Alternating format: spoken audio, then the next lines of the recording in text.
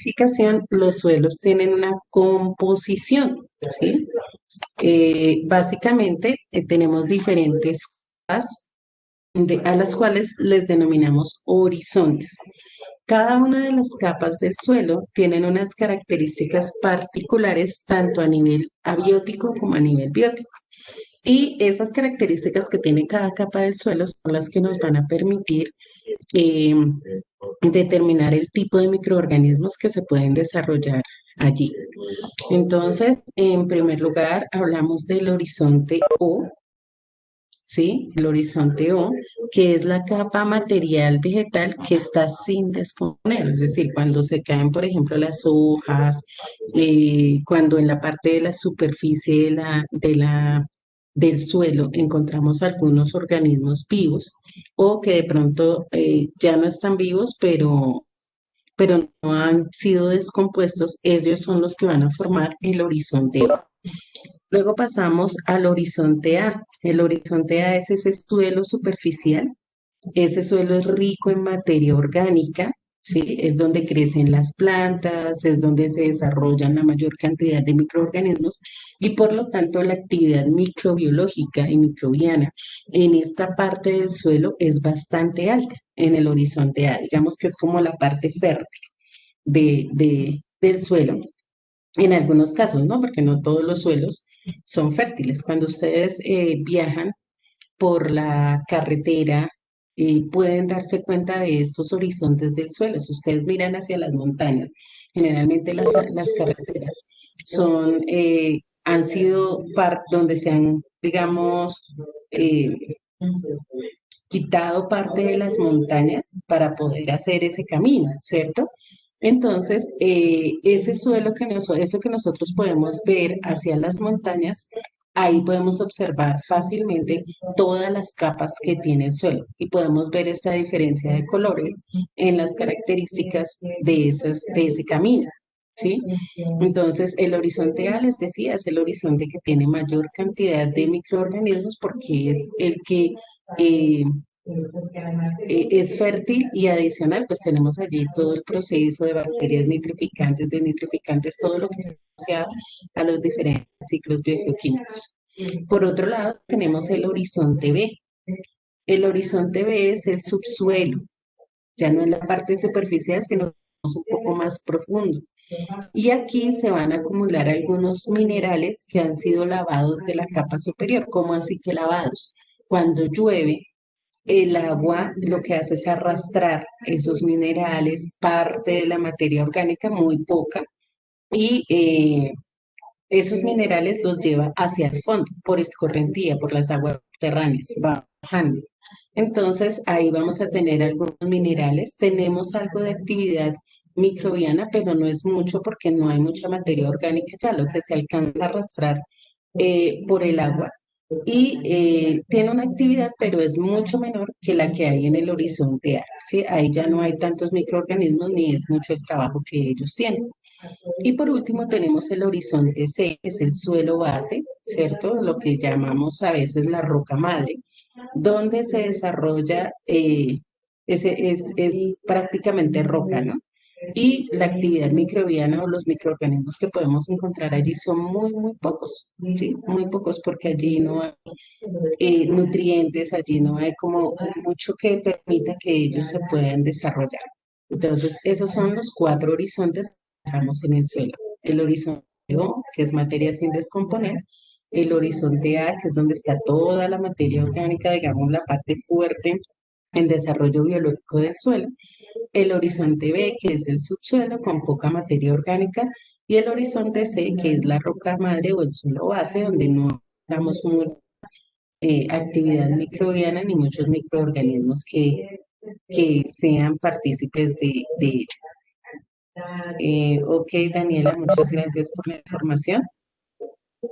Bueno, chicos, entonces tomamos por favor el apunte de la composición del suelo.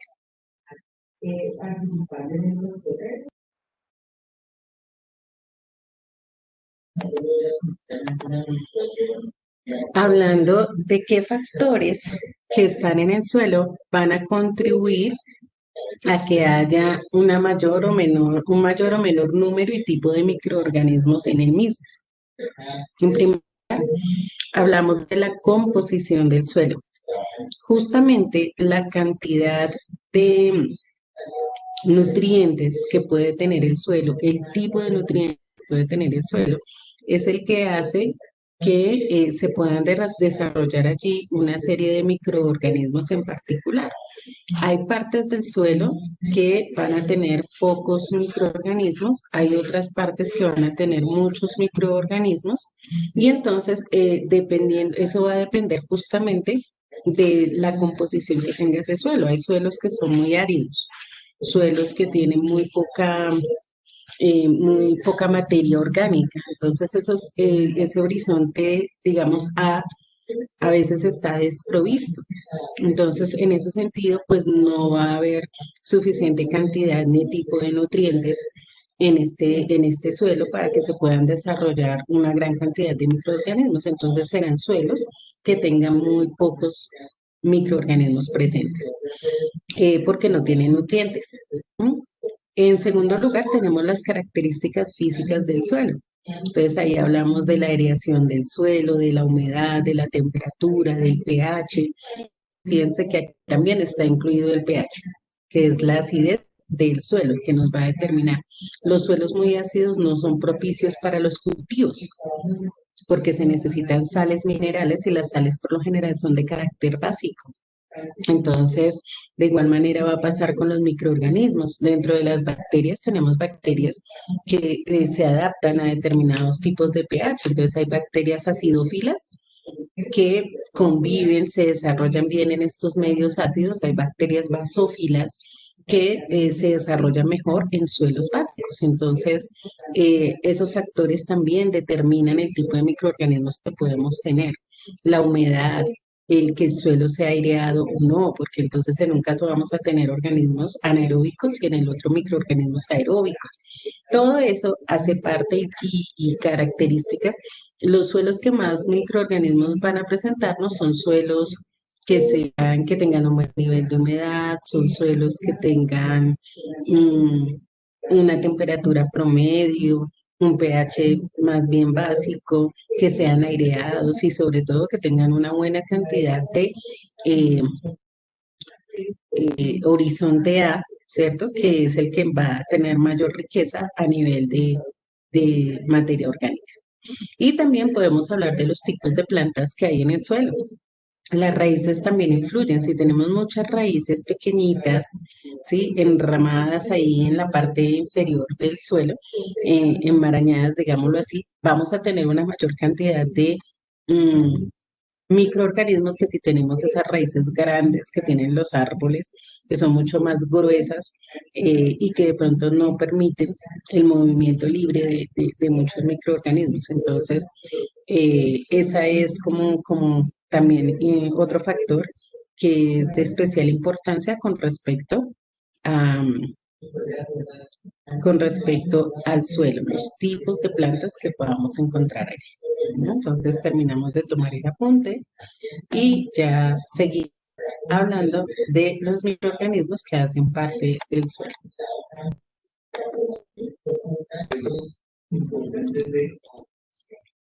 Bueno, vamos a mirar entonces qué microorganismos contiene el suelo.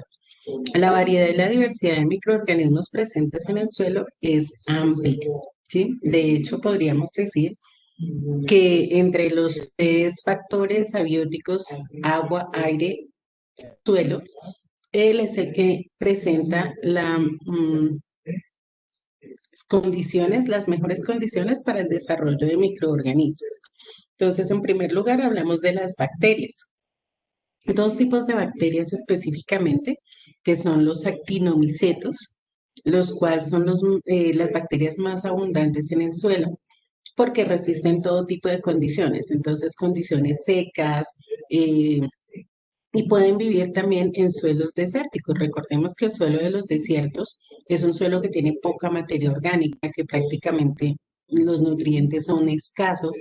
Y fíjense que estos actinomicetos se pueden desarrollar ahí, ellos pueden vivir ahí y digamos que viven en características extremas. Por esa razón son los más abundantes en el suelo, porque se desarrollan en todo tipo de condiciones, incluyendo estas que son poco apropiadas, ¿no? Para el desarrollo de los microorganismos.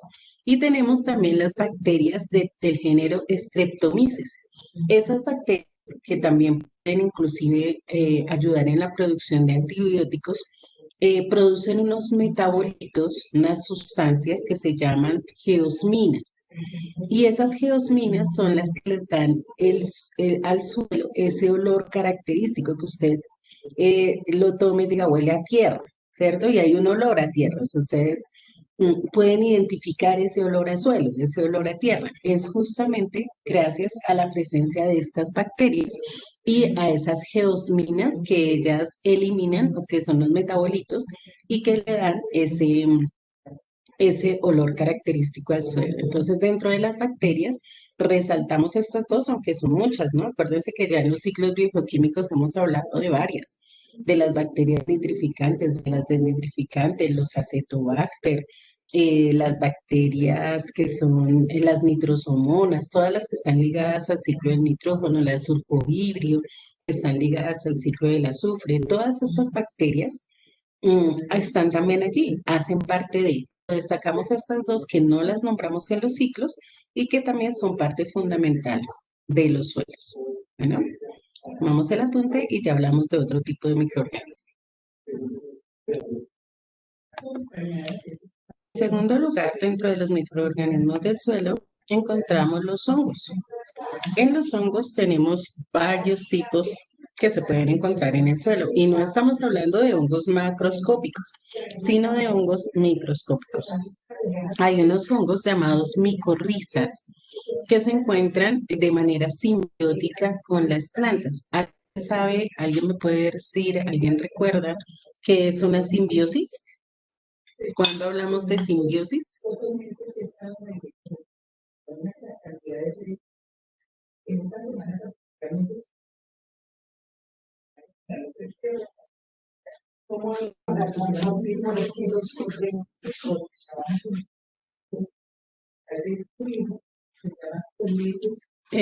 la simbiosis es una relación interespecífica donde una especie necesita de la otra para poder vivir y así y viceversa, es decir, ambas especies se necesitan, ¿sí? Se necesitan y deben estar juntas para que se puedan desarrollar. A veces se establece una condición de esa manera. Los hongos, cuando están en la parte de las raíces de las plantas, no pueden obtener el oxígeno que necesitan, ¿m? Del aire, no lo tienen. Entonces, las plantas les proporcionan ese oxígeno que ellos requieren y ellos además sirven de canal para que las plantas obtengan las sales minerales para realizar sus procesos de fotosíntesis. Entonces, es una relación donde los dos se benefician, pero más allá de eso, se necesitan, se requieren uno del otro para poder vivir y para poder desarrollarse. ¿Qué hongos son comunes en el suelo? El cándida, el aspergillus, el penicillium, el rhizopus y el mucor. Esos son los hongos principales en el suelo. Y ellos son muy, muy importantes en la descomposición de la materia orgánica.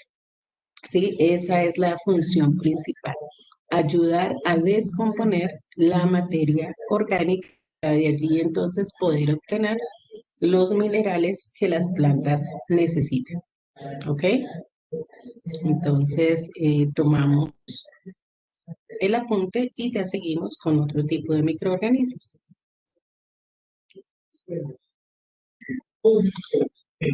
Bueno, chicos, ya por tiempo se nos acabó el tiempo de la clase, no alcanzamos a revisar algunos otros microorganismos del suelo, pero pues en la próxima terminamos y vemos lo que es la microbiología del aire, ya para terminar con las microbiologías de cada factores abióticos o los que se pueden encontrar en la naturaleza. En el último párrafo dice importantes en la descomposición de la materia orgánica. Importantes en la descomposición de la materia orgánica. Bueno, nos encontramos nuevamente a la 1:30. Por favor, tener a la mano su calculadora porque hoy vamos a trabajar ejercicios de pH. Entonces necesitamos tener la calculadora a la mano. Chicos, excelente resto de día y nos vemos a la 1:30. Dios los bendiga. Chao.